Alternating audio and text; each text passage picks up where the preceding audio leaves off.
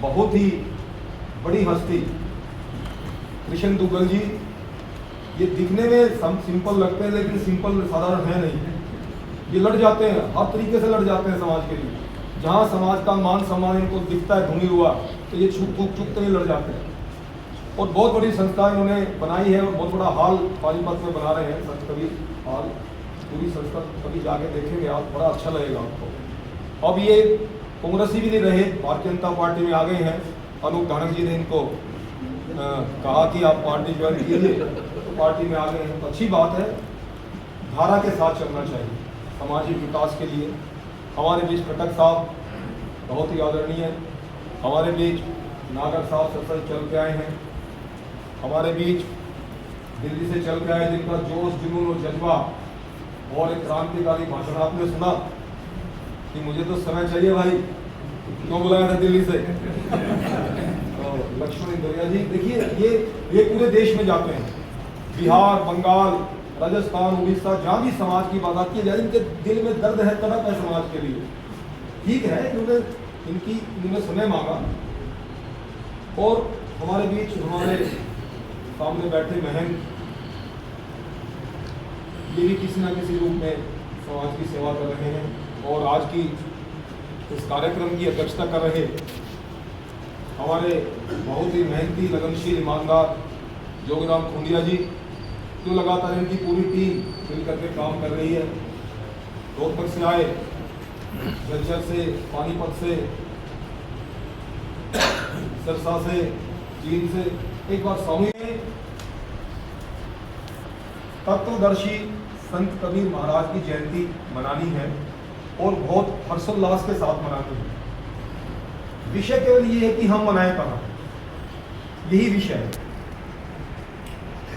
जैसे कि आज़ादी से पहले की बातें हुई, आज़ादी के बाद की बातें हुई, और सही मायनों में जैसे हमारे विजय काई जी ने बताया, आज़ादी से पहले का समाज भी बहुत मजबूत था और आज़ादी के बाद हमारे समाज में ऐसी ऐसी जगह से हमारे सांसद बने, चुनीलाल जी बने अम्बाला से, मातूराम जी बने मुक्तसर के रहने वाले थे, रामस्वरूप विद्यार्थी बने सांसद दिल्ली से, करोल बाग से, रामस्वरूप विद्यार्थी लुधियाना के रहने वाले थे। हमारे बीच में विषय ये है कि समाज जब देश आजाद हुआ, आजादी के बाद जब आम चुनाव हुए 1952 में, तो 1952 में जब हरियाणा पंजाब इकट्ठा था, तो उस समय हमारे बहुत बड़े बड़े नेता थे। हीरालाल इंदौरा जी राजस्थान से थे, लेकिन बीच में एक ऐसा गैप आया, बीच में एक ऐसी सामाजिक स्थिति बनी कि हमारा धानक समाज पिछड़ता गया और दूसरे समाज आगे चलते गए। ये है चिंतन, अध्ययन, मनन और विश्लेषण करने का विषय।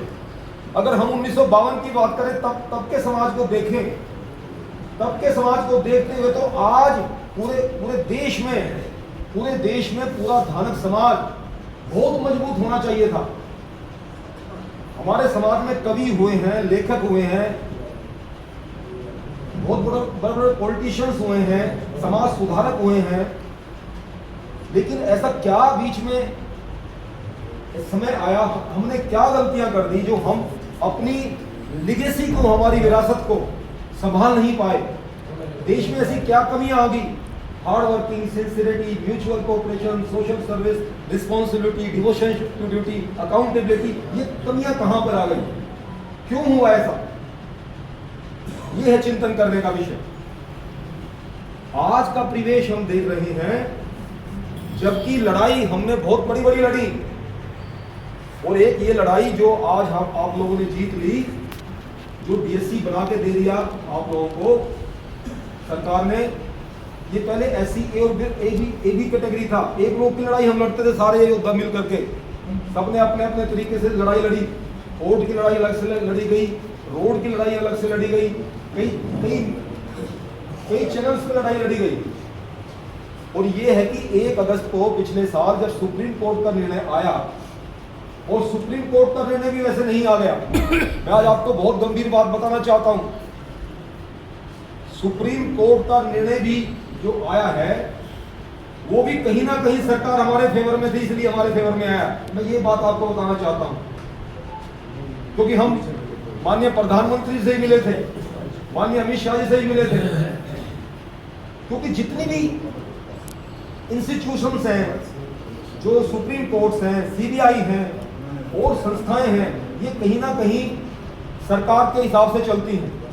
सरकार जो चाहती है, अगर सुप्रीम कोर्ट में कोई केस है तो वो केस 10 साल भी चल सकता है, 20 साल भी चल सकता है। वो सरकार की मंशा हो तो वो 1 साल में भी नहीं बढ़ सकता है। ये मैं आपको अंदर की बात बता रहा हूं। सरकार की मंशा थी, सरकार ने ये मान लिया था कि ये जो जातियां हैं, जो एक लोग की जातियां हैं, मुख्य रूप से वाल्मीकि, धानक, खटीक, सासी और बाजीगर, दूध, भेया, ब्यासी, सीकर, सीकर, ये जो जातियां हैं, ये आरक्षण के लाभ से वंचित रही हैं, इनको लाभ नहीं मिला। They have been deprived from the benefit of reservation. और बाबा साहब ने जब संविधान लिखा था तो उस समय बाबा साहब इतने दूरदर्शी थे, इतनी सोच, इतनी समझ थी। वैसे ही सिंबल ऑफ नॉलेज नहीं बोलते हैं बाबा साहब को। आज बाबा साहब पूरे विश्व में होड़ लगी हुई है।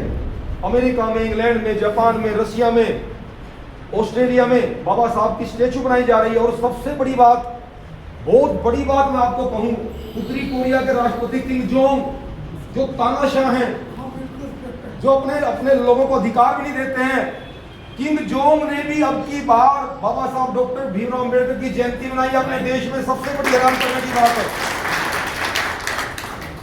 हम पूरा विश्व हैरान था कि वो बाबा साहब जो समाजवाद की बात करते थे, जो सोशलिटी की बात करते थे, इक्वलिटी की बात करते थे, लिबर्टी की बात करते थे, फ्रेटर्निटी की बात करते थे, उनकी जयंती वो इंसान मना रहा है जो खुद एक तानाशाह है। और आज हमें गर्व ये है इस बात पे, जैसे हमारी बहन बोल रही थी सुनीता जी, गर्व इस बात पे है कि जिस बच्चे को क्लासरूम में पढ़ने नहीं दिया गया, क्लासरूम में जहां जूते चप्पल निकलते थे वहां बैठ के बाबा साहब पढ़ते थे बचपन में। और बाबा साहब से उस समय, आज आपसे कोई ये पूछ ले कि ऐसी कौन सी चीज है जिसको आप छू तो सकते हो, तो देख तो सकते हो लेकिन छू नहीं सकते। ऐसी कौन सी चीज है जिसको आप देख सकते हो, दूर से छू नहीं सकते? कोई कहेगा कि हम आसमान को देख सकते, छू नहीं सकते। कोई कहेगा कि हम चांद को सिर्फ देख सकते हैं, छू नहीं सकते।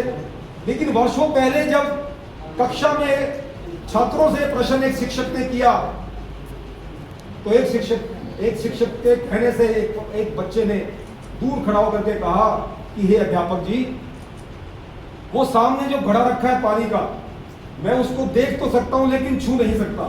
अगर मैंने वो छू लिया तो मुझे न जाने कितने कोड़े पड़ेंगे। ऐसी विकट परिस्थितियों में पल के बड़ा हो करके वो व्यक्ति शिक्षाविद बन के आज पूरी दुनिया का सिंबल ऑफ नॉलेज बन गया, केवल ज्ञान के माध्यम।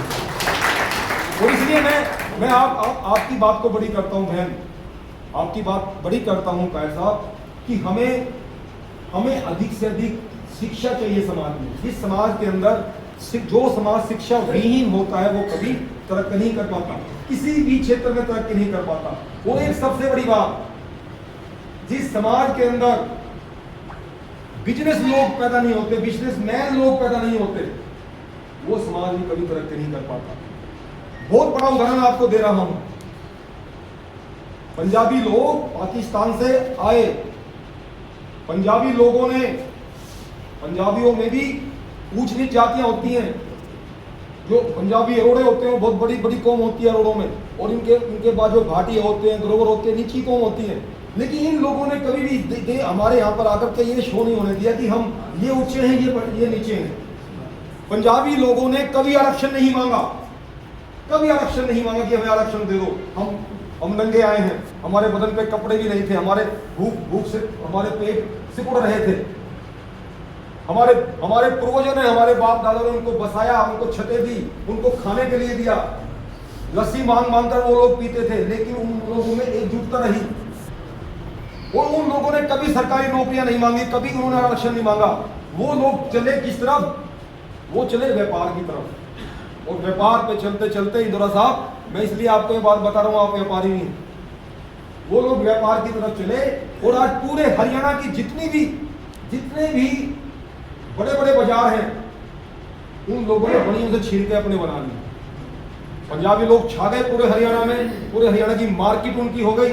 और जब वो लोग मजबूत हो गए, आर्थिक रूप से वो लोग मजबूत हो गए, संपन्न हो गए, तो फिर वो राजनीति की तरफ गए। राजनीति में उनके एमएलए बने, उनके मंत्री बने। और आज आपने देखा 10 साल राज करके मनोहर लाल खट्टर, उसी कौन से आप यहाँ के मूल निवासी हैं, आपने आरक्षण भी मांगा, आपने हर चीज मांगा, आप कहां हैं? ये अध्ययन, चिंतन और मनन विश्लेषण करने का विषय, इस पे चिंतन कीजिए। याद रखना, हम तो सन्यासी के रूप में आ गए, हमने आपकी सेवा करनी है, हमें कुछ नहीं चाहिए, हमें